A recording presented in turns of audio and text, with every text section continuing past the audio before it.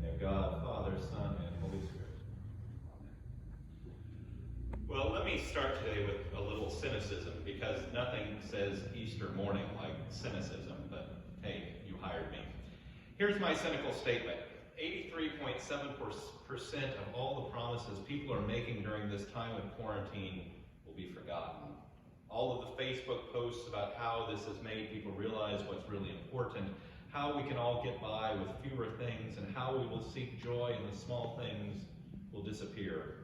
Or to paraphrase Helmut von Moltke, no plan of operations extends with any certainty beyond the first contact with the end of quarantine. So why do I start Easter Sunday on such a down note? Maybe because in the 2,000 or so years since Christ the Lord has risen today, the world still does not seem all that different. Most people go on content in their own pettiness, fearful of life and fearful of death. That's not what it's supposed to be like. St. Paul in Colossians says, if you have been raised with Christ, seeking the things that are above where Christ is, seated at the right hand of God, set your minds on things that are above, not on things that are on earth, for you have died, and your life is hidden with Christ in God. But are we setting our minds on things above? Have we really died to the old self? And is our life now hidden with Christ in God? Or is there still a lot of the old self floating around? Well, here is the thing. I think Easter actually speaks to both of these realities. The first reality is that we will all disappoint. Many of the promises we have made to get better will vanish like toilet paper at Costco. But here's the other reality. Things really have changed. Death no longer is the final word, and we can be united with God forever through the death and resurrection of Jesus Christ. Let me see if I can explain how these two realities are both with us on Easter. When I was in college, I had a friend who was always teetering on the brink of financial disaster. He is the one who, upon getting a credit card, proclaimed, the way I look at it, it's all the money I want for just $25 a month. Every now and then, some money would come in, maybe through a student loan or a check from grandma, and he would metaphorically wipe his brow and say, "Woo, I'm glad that's over," and go back to doing exactly what got him into financial trouble in the first place. I don't want this pandemic to end like that. I don't want us to wipe our brow and say, "Woo, I'm glad that's over," and then happily go back to being the same people we were before. But at the same time, I know that we are not going to reach the kumbaya inflection point upon the end of quarantine. And so what does Easter have to say to this? Going back to my friend, I think Easter is the hope that my friend would start paying $35 a month towards his credit card balance. It will not make him financially sound, but it's a little better than it was before. Here's the thing. For me personally, I live with two parts of myself. One part that greatly wants to be a better person, but another part that tells me I'm good enough or we can work on getting better some other time. In some ways, it's useful to think of my personality as yes, but. That is, I acknowledge that everything changed on Easter, but I'm fairly content with the status quo. I don't have the motivation to fully embrace who Jesus is and what he did. I may be fearful, I may be lazy, or I may be delusional. Whatever the case, I never seem to fully submit. But in many ways, that's the point of Easter. Yes, we should come out of this better. We should strive to be better and changed people. But the resurrection is an acknowledgement that on some level, we are always going to fall short. If you want to put it crudely, we could say that God is a little cynical. God knows that no matter how many promises we make or new leaves we promise to turn over, he knows that it's not going to end perfectly.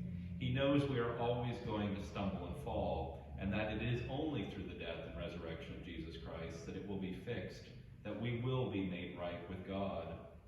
In many ways, Christianity is the ultimate religion of the cynic, because baked into it is the idea that we're going to mess up and that we're never going to get it quite right. And so maybe what we need in order to come out better on the other end is to perhaps focus not so much on how we can be better, but rather focus on how we can be grateful and humble for what God has done. Because the fact of the matter is, we're not going to get everything right. We may be better on certain days, but on some level, we will ultimately disappoint. We will not follow through on all our promises. We will lose our temper. We will be ungrateful and will commit any host of sins you want to name. Watching these days how the great coronavirus Olympics is being played out in political circles, there's constant jockeying to make everything someone else's fault. If someone had started a little earlier on quarantine, if someone had a better model, and so on. The thought being that if we can blame the other side, then we can declare ourselves good and pure and clean. But that's not the biblical narrative.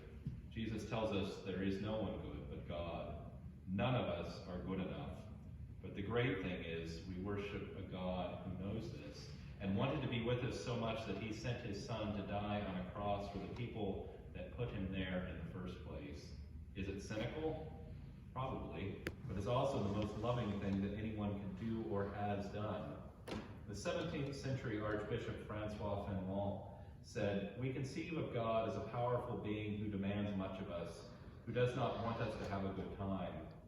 If you think like this, you may fear God, but you only fear him. You do not love him. Wouldn't you prefer the service of one who loves you as your child?" If we just believe the first part of Fenelon's statement, life is hopeless. If we worship a God who operates like an earthly judge, well, we're sunk. We will never come out of the other side of quarantine, Easter, or any other event good enough to earn God's favor. But fortunately for us, we worship a God who also loves us.